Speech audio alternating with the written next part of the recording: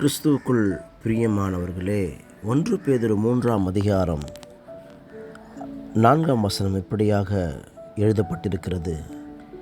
அழியாத அலங்கரிப்பாயிருக்கிற சாந்தமும் அமைதலும் உள்ள ஆவியாகிய இருதயத்தில் மறைந்திருக்கிற குணமே உங்களுக்கு அலங்காரமாயிருக்க கடவுது.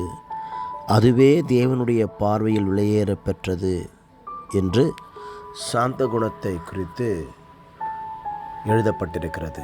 பிரியமானவர்களே, நம்முடைய சாந்த குணம் எப்படிப்பட்டதாய் இருக்கிறது?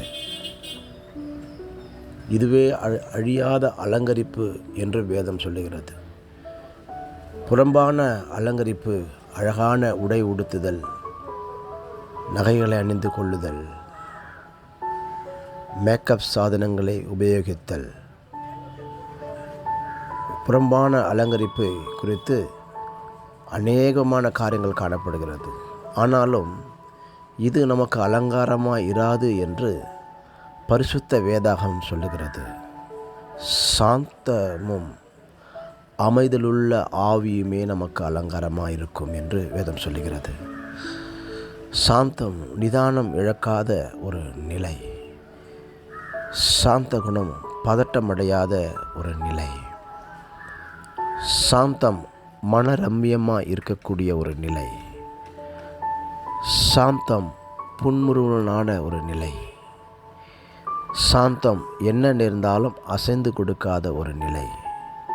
சாந்தம் கர்த்தருக்காக காத்திருக்கிற ஒரு நிலை.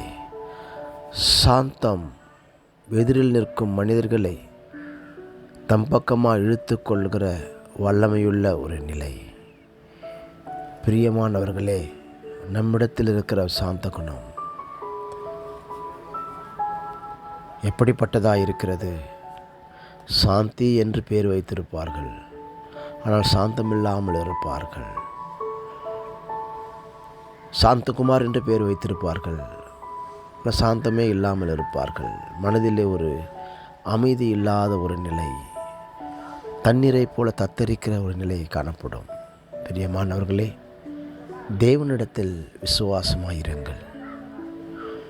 அவரிடத்தில் விசுவாசமாக இருப்பவர்கள் நிச்சயமாகவே அமைதியாய் சாந்தமாய் காணப்பட முடியும். உலகத்திலே உங்களுக்கு உபத்திரம் உண்டு, நீங்கள் திடன் கொள்ளுங்கள், நான் உலகத்தை ஜெயித்தேன் என்றல்லவா நமது ஆண்டவராகிய இயேசு கிறிஸ்து சொல்லியிருக்கிறார்.